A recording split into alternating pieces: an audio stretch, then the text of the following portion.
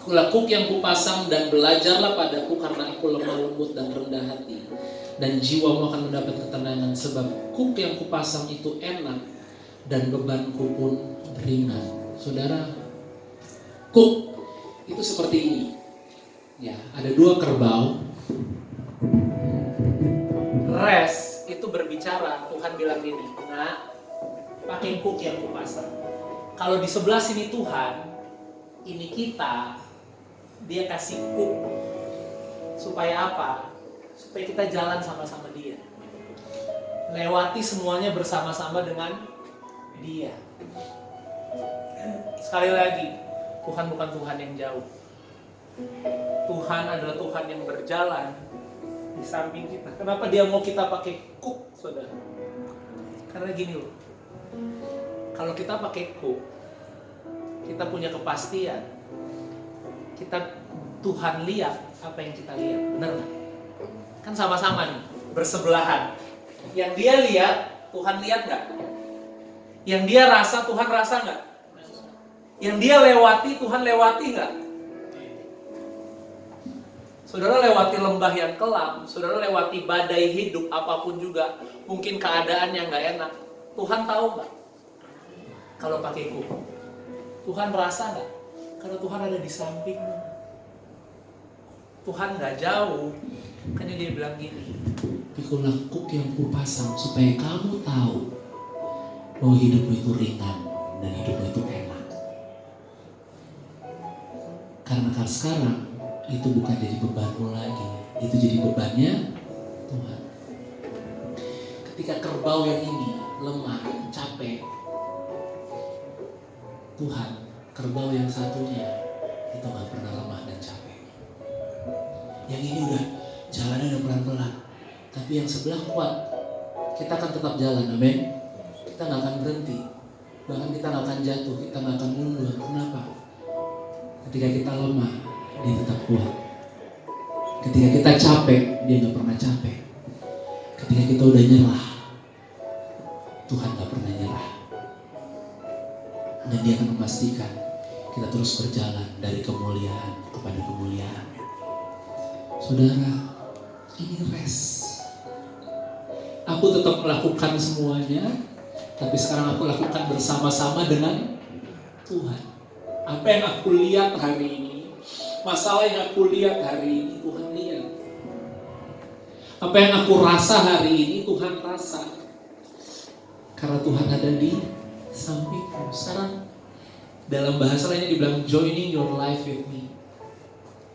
Mari satukan hidupmu dengan aku, kata Tuhan. Sehingga kita tahu kita gak sendiri. Amin. Inilah rest. Pikul kuk. Bukan sebagai beban. Kalau kayak gini jadi beban gak, saudara? Berat gak? Kuknya ringan dan kenapa? Karena kita kebantu. Kita yang lemah, dia gak pernah lemah. Kita yang capek, dia gak pernah capek. Kita takut, dia di samping kita dan dia bilang, ayo jalan terus, nak. Aku di sampingmu. Amin. Saudara, hari ini ikulah kuk. That's the rest. Itulah istirahat. Itulah hari perhentian yang Tuhan bilang, hari ini aku berikan hari perhentian bagi kamu. Saya gak tahu apa yang saudara lewati hari ini. Apa yang mungkin engkau lihat hari ini. Tapi apa yang saudara lihat, itu juga Tuhan lihat. Apa yang kau rasa, Tuhan rasa. Tuhan tahu kok. Tuhan bukan imam besar yang gak bisa merasakan kelemahan kita, dikatakan. Dia imam besar yang bisa merasakan kelemahan kita, pergumulan kita. Makanya tadi pagi saya bilang gini, the only war, satu-satunya peperangan, satu-satunya pergumulan yang kita punya hari ini, saudara. Kalau di posisi rest ini, pergumulan yang kita punya hari ini adalah the war to enter into the rest.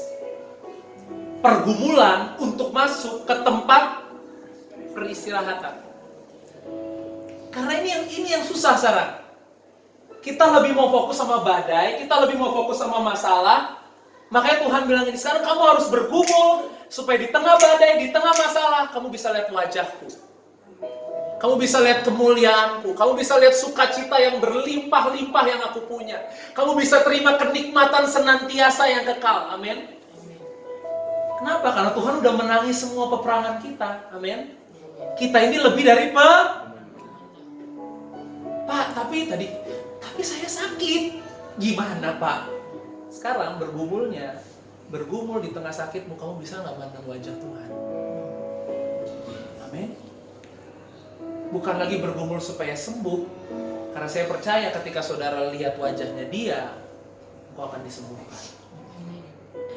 Kesembuhan itu bukan lagi jadi fokus kita. Memandang wajah Tuhan itu jadi fokus kita. Kalau kesembuhan jadi fokus kita, tadi saya bilang kita akan dipegang sama ketakutan, sama kekhawatiran, sama kekecewaan.